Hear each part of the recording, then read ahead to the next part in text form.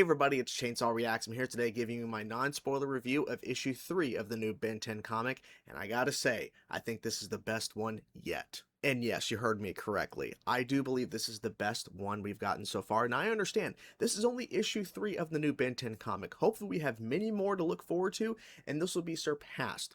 But this delivered on so many levels, and some things I can't really tell you because non-spoiler, but man, this issue was just great. Now, what I can say is that there is some great action in this issue. I loved it. I couldn't get enough of it. There's also some really great character moments and some great dialogue, some really good moments of dialogue, especially coming from Ben. And if you love Ben 10 as much as I do, you're going to love some of the things that occur from Ben in this issue. And I really like how they're just continuing to develop the story, because we're going a little bit off the beaten path as it's been discussed, and as you guys see, we're following similar threads from the opening where Ben gets the Omnitrix and all that, but now we're starting to veer off a little bit and go into a new different direction. We're still following a similar path, but we're seeing some significant differences, and they further develop that even more. And I love how they handled certain changes to what we're kind of used to seeing from the original Ben 10 Classic series, and seeing what they're doing here where it's a similar path, but we're veering off the road, we're going a different direction, and I really appreciate and respect it. Now, as we saw in issue 2, there was some brutal moments with Crab. What I can say is, if you liked the darker tonal things they're doing with Crab and some of the actual drawings and how it's getting a little bit mature, you're going to see more of that here. So just fair warning. It's not really a spoiler because you already have seen that stuff, but they further go into that. And I respect and understand why they are, because a lot of people who are reading this comic are fans that grew up with the original show, or, got into it later in life like me, and is older and understands that in order to tell this story and make it feel more real, especially when you introduce the army and everything, in terms of like the realism of like the army tracking the Omnitrix and all that, it makes sense that you go darker. It does.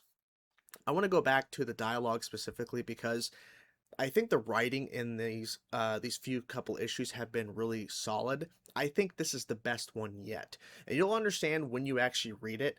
And it's specifically with Ben. I think the way they're writing Ben, I think, is smart, especially with him being a young kid getting the Omnitrix and how that would really affect him.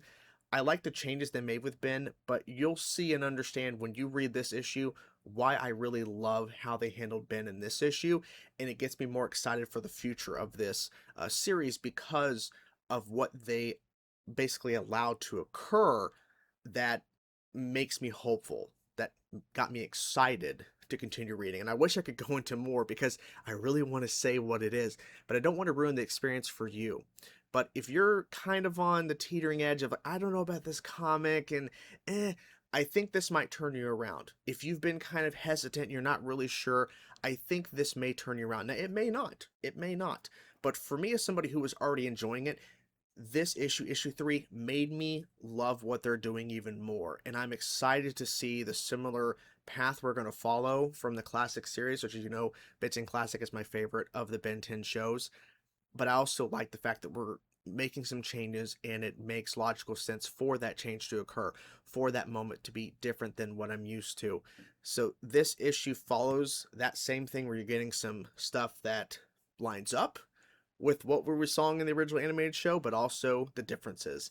And like I said, the character moments, the story progression, some of my theories, some of my thoughts are starting to come to fruition in different ways. Maybe not the same exact way that I said, but it's looking that way. And depending on how they're setting little seeds and everything, there's some really cool moments. Like, they really go full steam ahead. Like, it felt like issue 1 and 2 are kind of the appetizers. This issue felt like the main course that they were building up to, and it is good. At least I thought so. So I can't really say any too much more than that. I really can't, but I hope you guys enjoy the issue as you guys get to read it, because it is so worth the read. It is so worth your time, and I love the fact that we're getting this new comic. It was just great timing for when it actually started up versus when I was just wrapping up Omniverse and everything, the original canon.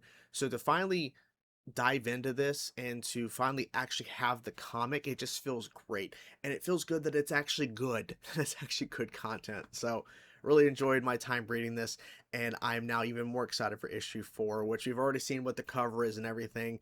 But yeah, the last panel, won't say what it is, and you may not know exactly what it may be. You might be theorizing based on what issue 4's cover is, if you know what issue 4 cover is.